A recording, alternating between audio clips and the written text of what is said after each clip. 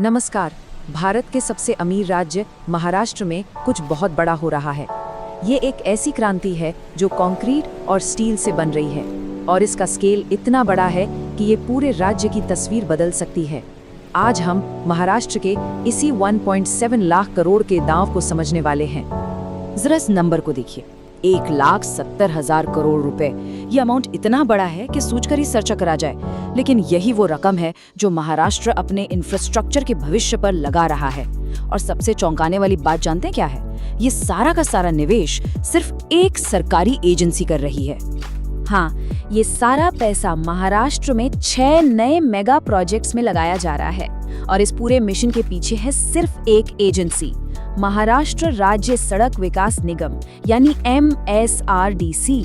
यही वो संस्था है जो इस जबरदस्त प्लान को हकीकत में बदलने का जिम्मा उठाए हुए है। तो आखिर ये सब है क्या? मतलब इतना बड़ा प्लान, क्या है इसके पीछे की सोच? चलिए सबसे पहले इसी को समझते हैं कि महाराष्ट्र का ये मेगा प्रोजेक्ट बूम आखिर है क्या और इसका स्केल कितना बड़ा है।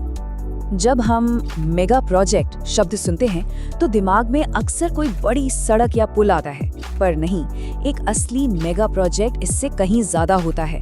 ये वो प्रोजेक्ट है जिसका असर हजारों नहीं बल्कि लाखों लोगों की जिंदगी पर पड़ता है और जो किसी पूरे इलाके की किस्मत हमेशा के लिए बदल कर रख देता है। तो चलिए अब सीधे उन 6 प्रोजेक्ट्स पर आते हैं जो इस पूरे प्लान की रीढ़ की हड्डी हैं। इन्हें आप महाराष्ट्र की नई आर्थिक धमनियां भी कह सकते हैं, जो विकास को राज्य के कोने कोने तक पहुंचाएंगे।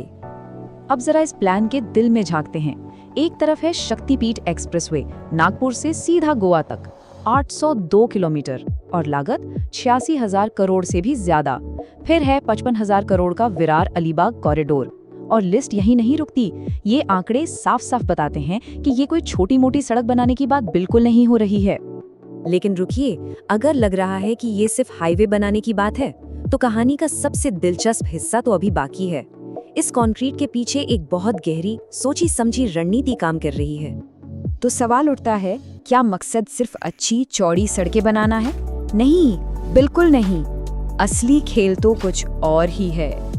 और यहीं पर इस पूरी पहेली का सबसे अहम टुकड़ा सामने आता है। ये शब्द याद रखिए, विकास केंद्र।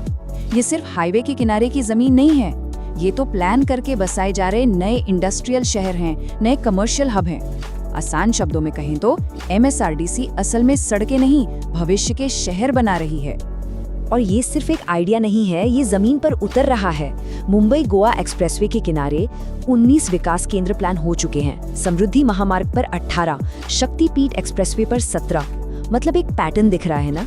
ये एक सिस्टमैटिक प्लान है जिसे हर बड़े प्रोजेक्ट पर लागू किया जा रहा है। तो पूरी रणनीति का निचोड़ क्या है? बहुत सिंपल, एक्सप्रेसवे को जानबूझकर उन इलाकों से निकाला जा रहा है जो अभी तक पिछड़े हुए हैं। क्यों? ताकि वहां जीरो से बिल्कुल नए प्लान किए हुए शहर और इंडस्ट्रियल जोन खड़े किए जा सकें।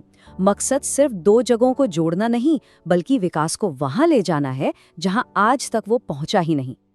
अब आते हैं उस सवाल पर जो शायद अब तक सबके मन में घूम रहा होगा। इतना बड़ा सपना, इतने सारे प्रोजेक्ट्स, पैसा कहां से आएगा? इसके बिल को भरने का प्लान भी उतना ही इनोवेटिव है जितना कि ये प्रोजेक्ट्स खुद हैं। वो एक सवाल, 1.7 लाख करोड़ रुपए। ये पैसा आएगा कहां से? क्या सरकार कोई भारी कर्ज लेगी या टैक्स बढ़ाया जाएगा? नहीं, जवाब इन दोनों से कहीं ज्यादा स्मार्ट है। इसका जवाब छिपा है लैंड मोनेटाइजेशन मॉडल में।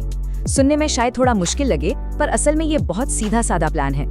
स्टेप 1, सरकार अपने प्रोजेक्ट्स के पास की सरकारी जमीन को पहचानती है। स्टेप 2, इस जमीन को प्राइवेट कंपनियों को 99 साल की लंबी लीज पर दे देती है। स्टेप 3, इस लीज के बदले कंपनियों से एक ही बार में बड़ी रकम ले ली जाती है। और स्टेप 4, बस इसी पैसे से ये सारे मेगा प्रोजेक्ट्स बनाए जाते हैं। मतलब प्रोजेक्ट्स अपना खर्चा खुद निकाल रहे हैं। कमाल है ना? और ये सिर्फ कोई थ्योरी नहीं है। MSRDC के एक अधिकारी ने खुद कहा है कि वो जमीन के टुकड़ों का मुद्रीकरण करने की योजना बना रहे हैं और यही पहला कदम होगा विकास के नए मौकों को पहचानने और उन पर काम करने का। तो ये एक ऑफिशियल सोची समझी स्ट्रैटेजी है। तो हमने प्रोजेक्ट्स देख लिए, उनके पीछे की रणनीति समझ ली और पैसा कहां से आएगा ये भी जान लिया। पर इन सब का आखिर मतलब क्या है? आम लोगों के लिए, लाखों लोगों के लिए इसके क्या मायने हैं? इसे कहते हैं मल्टीप्लायर इफेक्ट। सोचिए, जब इतना बड़ा कंस्ट्रक्शन होता है तो सिर्फ सड़कें नहीं बनती, स्टील, सीमेंट, इन सारी इंडस्ट्रीज में एकदम से बूम आ जाता है। ट्रांसपोर्ट और लॉजिस्टिक्स में हजारों नई नौकरियां निकलती हैं। कंस्ट्रक्शन और फिर नई इंडस्ट्रीज में युवाओं के लिए रोजगार ही रोजगार। और सबसे बड़ी बात, दौलत सिर्फ मुंबई, पुणे जैसे बड़े शहरों में सिमट कर नहीं रहती, वो नए इकोनॉमिक जोन में फैलती है। तो सबसे ज़रूरी बात जो हमें समझनी है वो ये है कि ये सड़कें मंजिल नहीं हैं, ये सिर्फ रास्ता है। असली मंजिल तो है पूरे इलाके का आर्थिक विकास। ये कहानी एक जगह से दूसरी जगह पहुंचने की नहीं, बल्कि महाराष्ट्र के पूरे इकोनॉमिक मैप को बदलने की है। और आखिर में एक बड़ा सवाल जो ये सब कुछ देखने के बाद उठता है, क्या ये मॉडल जिसमें इंफ्रास्ट्रक्चर का पैसा जमीन के डेवलपमेंट से ही निकाला जा रहा है, पूरे भारत के ग्रोथ का नया ब्लूप्रिंट बन सकता है? ये एक ऐसा सवाल है जिसका जवाब महाराष्ट्र की सीमाओं के बहुत पार तक गूंजेगा।